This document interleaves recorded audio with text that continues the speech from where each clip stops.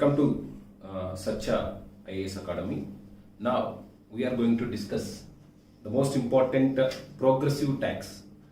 Progressive tax గురించి మనం చెప్పుకున్నాము. ప్రోగ్రెసివ్ ట్యాక్స్ అనేది సింగిల్ లైన్ లో నేను మాట్లాడుకున్నాం. ఏంటంటే earn more pay more. Okay, ఎక్కువ సంపాదించే కొలది ఎక్కువ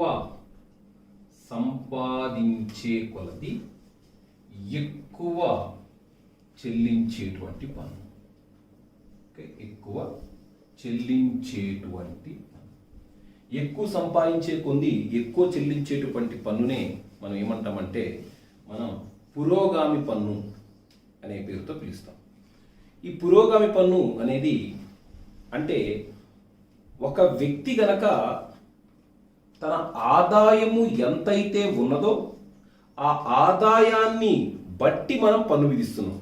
అంటే ఈ యొక్క ప్రోగ్రెసివ్ ట్యాక్స్ అనేది ఎబిలిటీ టు పే, ఏ సూత్రం మీద ఆధారపడి ఉంది అంటాడు ఎబిలిటీ టు పే.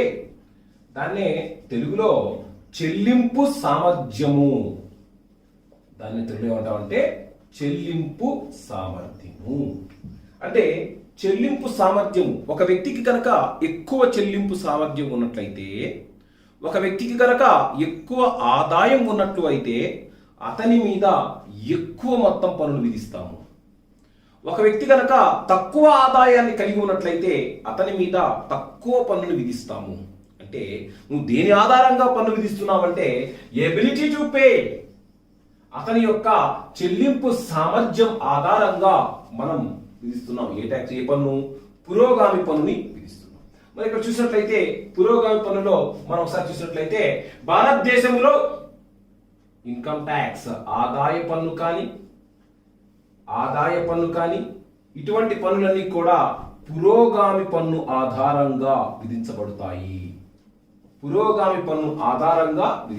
ఇక్కడ చూడ ఒక axis, this is one axis, X axis and Y axis. Diagrammatically లేదా గ్రాఫికల్లీ మనం దీన్ని రిప్రజెంట్ చేయబోతున్నాం. పురోగామి పన్నుని గ్రాఫికల్ గా మనం రిప్రజెంట్ చేయబోతున్నాం. మన లాస్ట్ క్లాస్ లో పురోగామి పన్ను పైన లాఫర్ ఎఫెక్ట్ అనేది ఉంటుందని చెప్పాము. లాఫర్ ఎఫెక్ట్ అనేది ఎక్కువ పన్ను విధించే కొలది పన్నుని ఎగవేసే వాళ్ళు ఎక్కువ ఉంటారు. అంటే more the tax rate less the number of payers, less the tax rate more the number of payers. దాని యొక్క గ్రాఫ్ మనం క్లాస్ లో గీసాం. ఇప్పుడు మనం గీయబోయే గ్రాఫ్ ఏంటంటే ప్రోగ్రెసివ్ ట్యాక్స్ కి సంబంధించినటువంటి గ్రాఫ్. నా income, look at here, 10 lakhs, 20 lakhs and 30 lakhs. Income, have a look of it here. Income 9 lakhs, income వచ్చేసేసి 10 lakhs, 20 lakhs as well as 30 lakhs. ఈ మూడు కూడా మనకి ఈ ఆదాయాలు ఒక యాక్సిస్ మీద తీసుకుంటున్నాం మనం. ఆదాయాలు ఒక యాక్సిస్ మీద, రెండో వైపు పన్ను రేట్లు, ట్యాక్స్ రేట్, పన్ను రేటు. ఓకే, దీన్ని ట్యాక్స్ బేస్ అని కూడా అనొచ్చు లేదా ఆదాయము అని కూడా అనొచ్చు. సో ఇన్కమ్ అనేది ఒకవైపు, పన్ను రేటు అనేది మరొక వైపు తీసుకుంటున్నాం. ఇప్పుడు చూడండి, ఇన్కమ్ కి ఇటువైపు మనం ఏం తీసుకుంటాం? పన్ను రేటు 10%, 20% మరియు 30%. Tax rate is 10%, 20% as well as 30%. Have a look of it. 10 lakhs if we are earning 10 lakhs అంటే ఇక్కడ మనకు ఎక్కువ సంపాదించే వారి పైన ఎక్కువ పన్ను విధించబడుతుంది. ఉదాహరణ చూడండి, మనకి ఏం చెప్పాము? 10 లక్షలు సంపాదిస్తే 10%, 20 లక్షలు సంపాదిస్తే 20%, 30 లక్షలు సంపాదిస్తే 30%. 30 లక్షలు సంపాదిస్తే 30%. అంటే ఇక్కడ మనకు 10 లక్షలు సంపాదిస్తే చూడండి ఒకసారి, 10 లక్షలు సంపాదిస్తే మన పన్ను ఎంత శాతము? 10%. As simple as that, very simple. 10 లక్షలు సంపాదించే person has a income of 10 lakhs. ఒక వ్యక్తి యొక్క ఆదాయం గనక 10 లక్షలు ఉన్నట్లు అయితే ఆ 10 లక్షలకు అతని మీద విధించే పన్ను 10%. If A person income is 20 lakhs, ఒక వ్యక్తి యొక్క ఆదాయం 20 లక్షలు ఉన్నట్లు అయితే ఆ 20 లక్షలు ఆదాయం ఉన్నప్పుడు అతని యొక్క పన్ను రేటు 20%. అతని యొక్క పన్ను rate 20%. As simple as that. ఒక వ్యక్తి యొక్క ఆదాయము గనక 30 లక్షలు ఉంటే అతని యొక్క ఆదాయము 30%. అతని యొక్క ఆదాయం 30%. So let's connect all the points. మనం అన్ని బిందువులని గనక ఈ పాయింట్ ఏం చెప్తుందంటే 30 లక్షల మధ్య 30% పన్ను అని, ఈ పాయింట్ ఏం చెప్తుందంటే 20 లక్షల వద్ద 20% పన్ను అని, ఈ పాయింట్ ఏం చెప్తుందంటే 10 లక్షల మధ్య 10% పన్ను అని చెప్తుంది. ఈ అన్ని లైన్స్ ని గనక మనం కలిపినట్లు అయితే మనకు 45 డిగ్రీల గీత వస్తుంది. ఈ 45 డిగ్రీల గీత మనకు దేన్ని తెలియజేస్తుంది అంటే ప్రోగ్రెసివ్ ట్యాక్స్ లేదా పురోగామి పన్ను. అంటే పురోగామి పన్ను వక్రరేఖ దేని మధ్య గీయబడుతుంది అంటే పురోగామి పన్ను వక్రరేఖ ఆదాయానికి మరియు పన్ను రేటుకి మధ్య గీయబడుతుంది. మరి ఈ పురోగామి పన్నులో ఏంటి అసలు సూత్రం ఏంటంటే ఎక్కువ సంపాదించే కొద్ది ఎక్కువ చెల్లించేటువంటి పన్ను, దాన్నే మనం ఏమంటామంటే పురోగామి పన్ను అనేటువంటి పేరుతో పిలుస్తాం. మరి పురోగామి పన్ను ఏ లైన్ పురోగామి పన్ను తెలియజేస్తుందంటే 45 డిగ్రీల గీత. అంటే ఇట్ ఈస్ 90 డిగ్రీస్. ఈ 90 డిగ్రీస్ లో 45 డిగ్రీల లైన్ ఏదైతే ఉందో that will explain progressive tax. అది పురోగామి పన్నును తెలియజేస్తుంది. ఈ ఒక్క లైను ఎన్ని విషయాలు తెలియజేస్తుందో చూడండి. భారతదేశంలో పురోగామి పన్నుని ఎందుకు తీసుకోవడం జరిగింది అంటే పురోగామి పన్ను వల్ల మనకు ఆర్థికపరమైనటువంటి వృద్ధి సాధించవచ్చు లేదా ఆర్థిక స్థిరత్వాన్ని సాధించవచ్చు లేదా ఆదాయ అసమానతలను తగ్గించి సామాజిక న్యాయాన్ని సాధించవచ్చు లేదా ఆదాయ వ్యత్యాసాలను తగ్గించవచ్చు. రెండు ఒకటే పదాలు. అంటే పురోగామి పన్ను వల్ల క్రింది వాటిలో లక్ష్యాలు ఏమిటి అంటాడు. పురోగామి పన్ను వల్ల దేశం వృద్ధి జరుగుతుంది. దేశం వృద్ధి అనేది లాస్ట్ క్లాస్ లో సార్ వృద్ధి అన్నారు కదా, మరి వృద్ధి అన్నప్పుడు మరి వృద్ధి చెందదు అనే మాట మాట్లాడారు కదా పురోగామి పన్నులో. ఎందుకంటే పురోగామి పన్నులో కష్టపడి పనిచేసే వాడిని మనం డిస్కరేజ్ చేస్తున్నాం కదా సార్. లాస్ట్ క్లాస్ లో కష్టపడి పనిచేసే వారిని డిస్కరేజ్ చేస్తున్నాము కాబట్టి పురోగామి పన్నులో వృద్ధి సాధించబడదని చెప్పారు. మరి ఇప్పుడేంటి సార్ వృద్ధి సాధించబడుతుంది అని చెప్తున్నారంటే ఈ వృద్ధి అంటే ఏంటంటే మనము ధనవంతుల నుంచి వచ్చేటువంటి పన్నుని కలెక్ట్ చేసి దాన్ని ఉత్పత్తి చేయటం వైపు మరలిస్తే, ధనవంతుల దగ్గర నుంచి వచ్చేటువంటి పన్నుని వసూలు చేసి దానిని ఉత్పత్తి వైపు మరల్చినట్లయితే అప్పుడు మనకు వృద్ధి వస్తుంది. Of course it's right. ఎందుకంటే ఎక్కువ సంపాదించేవాడు మనం డిస్కరేజ్ చేస్తున్నాం కాబట్టి 100% సంపాదించేవాడు లేదా కష్టపడడానికి ఇష్టపడడు, కరెక్ట్. కానీ ఇక్కడ వృద్ధి అనేది దేని మాట్లాడుతున్నామంటే మనం ఇక్కడ వృద్ధి అంటే వచ్చినటువంటి పన్నుని ఉత్పత్తి చేయడానికి మనం ఉపయోగించి ఆ విధంగా దేశం వృద్ధి చేయవచ్చు. కాబట్టి వృద్ధి లేదా ఆర్థిక స్థిరత్వం, సామాజిక న్యాయం. ఎందుకంటే ఎక్కువ ఆదాయం సంపాదించే వారిపైన ఎక్కువ పన్ను విధించి తక్కువ ఆదాయం సంపాదించే వారిపైన తక్కువ పన్ను విధిస్తున్నాం కాబట్టి సామాజిక న్యాయము. అంటే ధనవంతుల దగ్గర నుంచి డబ్బులు వసూలు చేసి ఆ డబ్బుల్ని మనం పేదవాడికి కావాల్సిన అవసరాల మీద ఖర్చు పెడుతున్నాం కాబట్టి భారతదేశంలో ఉన్నటువంటి వ్యవస్థ పురోగామి పన్ను వ్యవస్థ. ఇక మనం చూసేది మోస్ట్ ఇంపార్టెంట్ ఎలిమెంట్. ఇంకా 3 రకాలైనటువంటి ట్యాక్స్ నుంచి మాట్లాడాలి మనం. ఇవి ఏం ఆధారంగా లాస్ట్ క్లాస్ లో చెప్పాం. పన్ను రేటు ఆధారంగా పన్నులు 4 రకాలు. 1 పురోగామి పన్ను, 2ది తిరోగామి పన్ను, 3ది అనుపాత పన్ను, 4ది డిగ్రెసివ్ పన్ను. ఓకే, ఇప్పుడు మనం మాట్లాడాల్సిన రెండవ అంశం ఏంటంటే తిరోగామి పన్ను. తిరోగామి పన్ను. ఇంగ్లీష్ లో దాన్ని రెగ్రెసివ్ ట్యాక్స్. ఏమంటామంటే రెగ్రెసివ్ ట్యాక్స్. దీన్ని తిరోగామి పన్ను అంటే ఏంటి, అసలు తిరోగామి పన్ను వల్ల ఎటువంటి పరిణామాలు ఆర్థిక వ్యవస్థలో ఉంటాయనేది మనం మాట్లాడతాం. ఇది just reverse to the progressive tax కి జస్ట్ రివర్స్. ప్రోగ్రెసివ్ ట్యాక్స్ లో మనం ఏం చెప్పామంటే ఎర్న్ మోర్ పే మోర్. ఇక్కడ earn more pay less, earn more pay less. English Telugu రాస్తున్నా చూడు. ఎక్కువ సంపాదించు, ఎక్కువ సంపాదించు, తక్కువ చెల్లించు. ఎక్కువ సంపాదించు, తక్కువ చెల్లించు. అంటే ఇక్కడ ఈ రికర్సివ్ ట్యాక్స్ లో ఏ పర్సన్ లేదా ఒక వ్యక్తి ఎక్కువ సంపాదిస్తున్నాడు, నిరంతరం కష్టపడుతున్నాడు, ఎక్కువ సంపాదించే కొలది అతని యొక్క పన్ను రేటు తగ్గిపోతూ ఉంటుంది. అతని యొక్క పన్ను రేటు తక్కువ మొత్తాన్ని చెల్లించవలసి ఉంటుంది. అంటే ఇక్కడ ఏం చెప్తున్నామంటే మనం ఎక్కువ సంపాదించే కొద్ది ఆటోమేటిక్ గా మన పన్ను రేట్ అనేది తగ్గిపోతూ ఉంటుంది. అటువంటి పన్ను వ్యవస్థని మనం ఏమని అంటామంటే తిరోగామి పన్ను వ్యవస్థ. అటువంటి పన్ను వ్యవస్థను మనం ఏమంటామంటే తిరోగామి పన్ను వ్యవస్థ అనేటువంటి పేరుతో పిలుస్తాం. ఉదాహరణ చూడండి, 10 లక్షలు సంపాదించాం అనుకో. కేవలం ఉదాహరణనే, కేవలం మీకు అర్థం కావడం కోసం తీసుకున్నా. కొన్ని బుక్స్ లో 0 to 10 lakhs, 10 lakhs to 20 lakhs ఇస్తాడు. Here our main aim is to understand, అర్థం చేసుకోవటం. 10 లక్షలకి ఉదాహరణ చూసుకోండి, 10% పన్ను. 10 లక్షలకి 10% పన్ను. ఇంకా కష్టపడ్డాను, ఇంకా కష్టపడి డబ్బులు సంపాదించాను, 20 లక్షలు సంపాదించాను.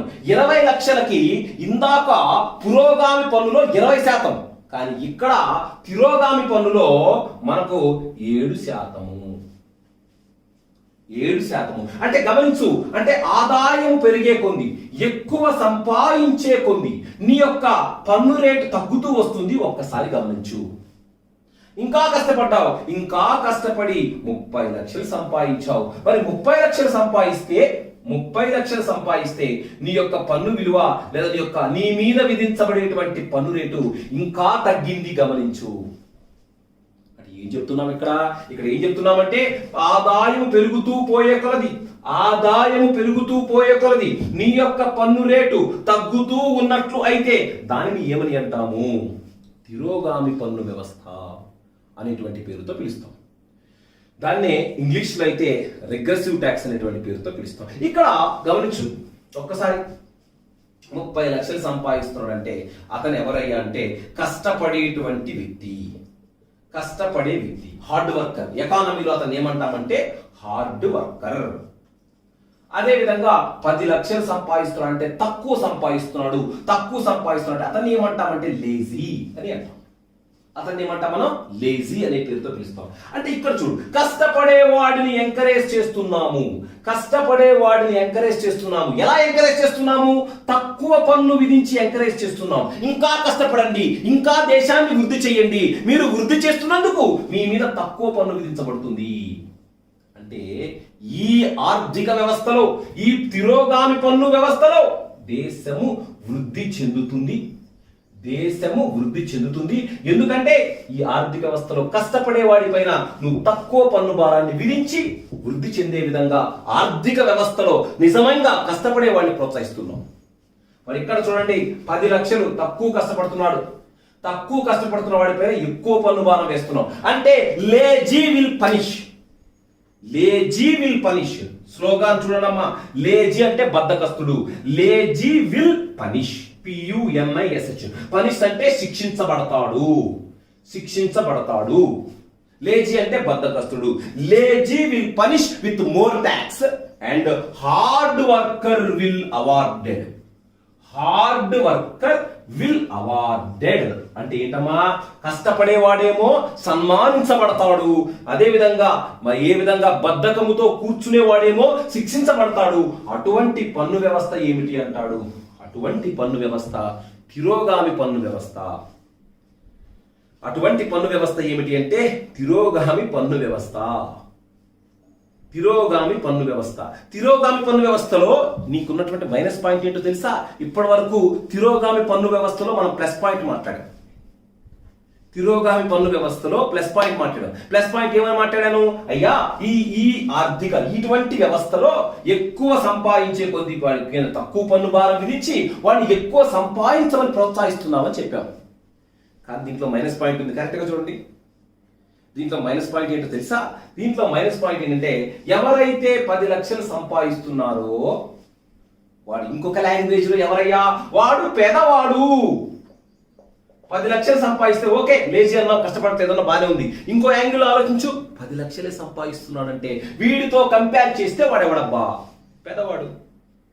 మరి 10 లక్షలు సంపాదించేవాడు తక్కువ ఆదాయం కలిగినటువంటి పేదవాడు. మరి పేదవాడి పైన ఎక్కువ పన్ను భారం వేస్తున్నావు, పేదవాడి పైన ఎక్కువ పన్ను భారం వేస్తున్నావు. 30 లక్షలు సంపాదిస్తున్నావు అంటే అతను ధనికుడు కింద తీసుకుంటాం. అతను ధనికుడు. 30 లక్షలు సంపాదిస్తున్నట్టు ధనికుడు. ధనికుడి మీద తక్కువ పన్ను భారం. అసలు ఈవెన్ యూ కెన్ ఇమాజిన్, ఏదైనా మనలాంటి దేశంలో ధనికుడికి తక్కువ పన్ను భారం విధించి,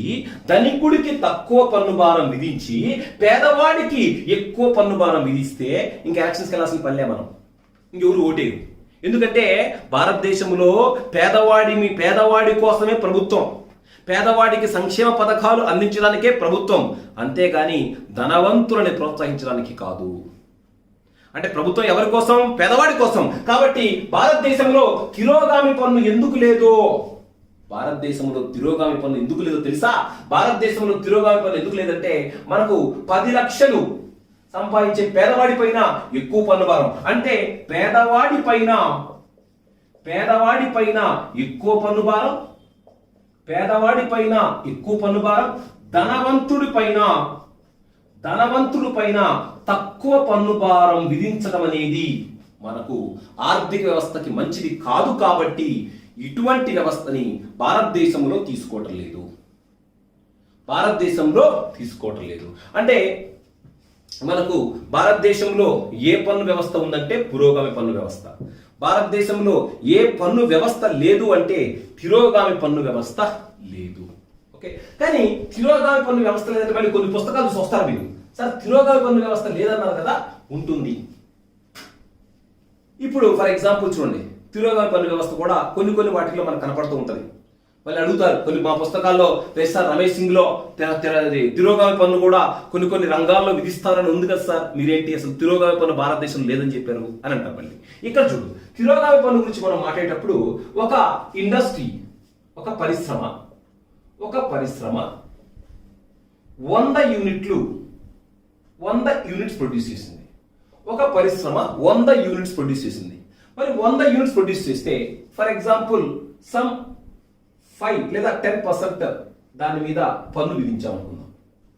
100 యూనిట్స్ మనం ప్రొడ్యూస్ చేస్తే దాని మీద 10% పన్ను విధించామనుకుందాం. కానీ ఇక్కడ మన ప్రభుత్వం భావిస్తుంది ఎక్కువ ఉత్పత్తి జరిగితే ఎక్కువ ఉపాధి అవకాశాలు వస్తాయి, ఎక్కువ ఉపాధి అవకాశాలు వస్తే పేదరికం పోతుంది. Simple dialogue. ఎక్కువ ఉత్పత్తి జరిగితే ఎక్కువ మందికి ఉపాధి అవకాశాలు వస్తాయి, ఎక్కువ మందికి ఉపాధి అవకాశాలు వస్తే పేదరికం తగ్గిపోతుంది అనే భావనతో ప్రభుత్వం ఏం చేసిందంటే, ఒకవేళ మీరు 500 యూనిట్లు ప్రొడ్యూస్ చేస్తే మీ పన్నుని 7% తగ్గిస్తాను అని చెప్పింది.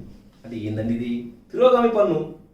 నువ్వు ఉత్పత్తిని పెంచే కొలది నీ పన్ను రేటు తగ్గిపోతూ ఉంది, గమనించు. అంటే ఉత్పత్తిని ప్రోత్సహించాలి అంటే, ఉత్పత్తిని పెంచాలి అంటే ఏ పన్నును విధించాలి? తిరోగామి పన్నును విధించాలి. అంటే పారిశ్రామిక రంగంలో ఎక్స్పోర్ట్స్ గూడ్స్ ఉంటాయి కొన్ని, లేదా ఎగుమతులను ప్రమోట్ చేయాల్సి ఉంటుంది. అటువంటి వెనకబడినటువంటి లేదా ఉత్పత్తిని ఎక్కువగా చెయ్యాలి. అసలు ఉత్పత్తిని ఎక్కువగా చేస్తే ఏమొస్తుందంటే ఎంప్లాయ్మెంట్ పెరుగుతుందండి, ఉద్యోగాలు పెరుగుతాయి. ఉద్యోగాలు పెరిగితే ఏమవుతుందంటే ఉపాధి అవకాశాలు పెరగటం వల్ల పేదరికం తగ్గుతుంది. దాంతో పాటు జనాల యొక్క కొనుగోలు శక్తి కూడా పెరుగుతుంది. కాబట్టి ఈ పాయింట్ ఆఫ్ వ్యూలో కొన్ని పుస్తకాల్లో నేను ఆల్రెడీ చెప్పాను, మనము అనేక పుస్తకాలను సంగ్రహించి మాట్లాడుకుంటున్నాం. మీరు రెగ్యులర్గా చదివేటువంటి పుస్తకాలు, ఇతరత్ర పుస్తకాలు, మీకు ఒకరోజు అన్ని పుస్తకాలు ఏ పుస్తకాలైతే మేము ఫాలో అవుతున్నామో, ఏ పుస్తకాల నుంచి అన్ని సంగ్రహించి మీకు చెప్తున్నా వాటన్నిటిని మీరు డిస్ప్లే చేస్తారు. Okay, so by that way ఇది మనకేంటి? తిరోగామి పన్ను. కాబట్టి ఇన్ జనరల్ గా మాట్లాడితే మాత్రం, ఒకవేళ ఇన్ జనరల్ గా మాట్లాడితే కానీ తిరోగామి పన్ను భారతదేశంలో లేదు. కానీ స్పెసిఫిక్ గా మాట్లాడితే, ఏదైనా ఒక స్పెషల్ కేసు తీసుకొని మాట్లాడితే కానీ తిరోగామి పన్ను ఉంది. ఒకవేళ ఎగ్జామినేషన్ లో కనుక భారతదేశంలో ఏ పన్ను వ్యవస్థ ఉన్నది అంటే పురోగామి పన్ను వ్యవస్థ అనేది రాయాలా. ఓకే, తిరోగామి పన్ను వ్యవస్థను రాయకూడదు. తిరోగామి పన్ను వ్యవస్థ భారతదేశంలో విధించలేము.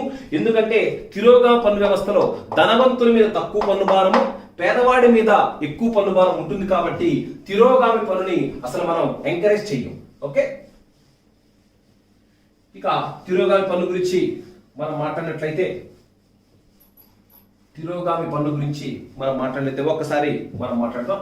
చూడండి, ఇది 1 access, again same dialogue. 10 lakhs income, 20 lakhs income and 30 lakhs income. 10 lakhs income, 20 lakhs income, 30 lakhs income. దాన్ని ట్యాక్స్ బేస్ అనొచ్చు లేదా ఆదాయం అన్న తప్పులేదండి, రెండు ఒకటే. ట్యాక్స్ బేస్ అంటున్నాం. ట్యాక్స్ బేస్ అంటే పన్ను ఆధారము, తెలుగైతే పన్ను ఆధారము లేదా ఆదాయము అనేటువంటి పేరుతో పిలిచిన పెద్ద తప్పేమీ లేదు. ఇటువైపు వచ్చేదానికి మనకు పన్ను రేటు, ట్యాక్స్ రేట్, ఇటువైపు వచ్చేదానికి ట్యాక్స్ రేట్. ఇప్పుడు ఒక్కసారి మీరు గమనించినట్లయితే ట్యాక్స్ రేటు 10%, 20%, 30%.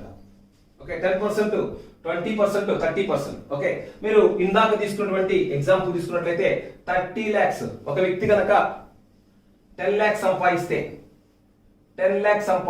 ట్యాక్స్ 10%, 20 lakhs సంపాదిస్తే ట్యాక్స్ 7%, 30 lakhs సంపాదిస్తే ట్యాక్స్ ఏమన్నానంటే మనం 5% అన్నాం. ఇది మనం తీసుకున్నటువంటి ఇందాక కేసులో ఎగ్జాంపుల్. అంటే ఇక్కడ చూడండి ఒకసారి, ఇక్కడ ఈ నంబర్స్ సేమ్, మరి అదే ఎగ్జాంపుల్ కావాలంటారు కాబట్టి మళ్ళీ మీరు ఓకే 10, 7, 3. ఓకే, అలా తీసుకున్న తప్పలేదండి. ఎలా తీసుకున్న తప్పలేదు, because same numbers, percentage. Okay, ఇక్కడ మనకు ఐడియాలజీ ఇంపార్టెంట్, ఏం చెబుతుంది అనేది important, numbers are not important. Okay, now have a look of it. What exactly telling? If I am earning 10 lakhs, look at aspirants. If I am earning 10 lakhs, my tax rate is 10%. If I am earning 10 lakhs, my tax rate is 10%. Look at there. నా ఆదాయం గనక 10 లక్షలు ఉన్నట్లయితే నా మీద విధించబడే పన్ను rate 10%. ఇంకా కష్టపడి ఆదాయాన్ని సంపాదించడం ప్రారంభించాను. నా ఇన్కమ్ 20 lakhs చేరుకుంది. మరి నా ఇన్కమ్ 20 lakhs చేరుకోగానే ప్రభుత్వం నన్ను సన్మానించింది తక్కువ ట్యాక్స్ తో. సేమ్ 20 లక్షలు సంపాదిస్తే ట్యాక్స్ ఎంత శాతం? 7%. 20 లక్షలు సంపాదిస్తే ట్యాక్స్ ఎంత శాతం? 7%. Same what ever I said in your mind. Example same I have depicted in my graph. నేను ఏ ఎగ్జాంపుల్ అయితే తీసుకున్నానో దాన్నే నీ గ్రాఫ్ రూపంలో నేను రిప్రజెంట్ చేసి చెప్తున్నా. Now 30 lakhs సంపాదించాం. 30 lakhs కి 3% or 5%. Okay, as simple as that. Numbers are not important. I am saying 30 lakhs కి 5%. Okay, is it clear? 30 lakhs కి 5%. Now have a look of it. I am identifying 3 points. 3 points ని identify చేస్తున్నా, x, y, z. x అనేది ఇది, y అనేది ఈ point, and z అనేది ఈ point. x, y, z. Okay, ఈ పాయింట్స్ మొత్తాన్ని కలుపుతున్నా. ఒకసారి చూడండి, ఈ పాయింట్స్ మొత్తాన్ని కలిపితే నాకు ఒక రేఖ వచ్చింది. చూడండి, ఈ వచ్చినటువంటి రేఖ ఏంటమ్మా? రిగ్రెసివ్ ట్యాక్స్ లేదా తిరోగామి పన్ను. As simple as that. Regressive tax or it's a తెలుగులో దాన్ని తిరోగామి పన్ను అనేటువంటి పేరుతో పిలుస్తాం. ఓకే, అండ్ చాలా ఎగ్జాంపుల్స్ అడిగిన క్వశ్చన్. మనము ప్రిపేర్ అవుతున్న Group 2, Group 1 ఎగ్జామినేషన్స్ కి we need to know every information in deep. So చాలా మంది ఈ యొక్క ఒక 10 లేదా ఒక హాఫ్ అన్ అవర్ లేదా ఒక 1 hour ట్రావెల్ అయిన తర్వాత నీకు ఒక ఈజీ వచ్చేసింది. ఇక జీవితంలో నీకు తిరోగామి పన్ను అన్నా పురోగామి పన్ను అన్నా ఎటువంటి కన్ఫ్యూజన్ ఉండదు. దాంట్లో ఉన్న లోపాలేంటి, దీంట్లో ఉన్న పాజిటివ్స్ ఏంటి, ఈ రెండిట్లో ఏ విధానం సూటబుల్ కాదు అనేది నీకు ఈజీగా తెలిసిపోతుంది. ఇక్కడ యాజ్ సింపుల్ యాజ్ దట్. తిరోగామి పన్ను అనేది మనకు రేఖ అనేది ఇటువైపు లేదా ఈ విధమైనటువంటి రేఖతో గీయబడుతుంది. అంటే ఇటువంటి దేశాలు, అందుకని చూడండి, దేశాలలో పేద దేశాలు లేదా ఏది ఎక్కువగా అంటే మనలాంటి దేశాలలో ఇందాక నుంచి మనం మాట్లాడాం, మనలాంటి దేశాలలో మనకు పురోగామి పన్ను ఉంటుంది సార్ అని. ఇప్పుడు మనం మాట్లాడే ఈ సిద్ధాంతాలన్నీ కూడా ఎక్కువగా వెస్ట్రన్ కంట్రీస్ లో వెస్టర్న్ కంట్రీస్ లో ఇంప్లిమెంట్ చేయబడతాయి.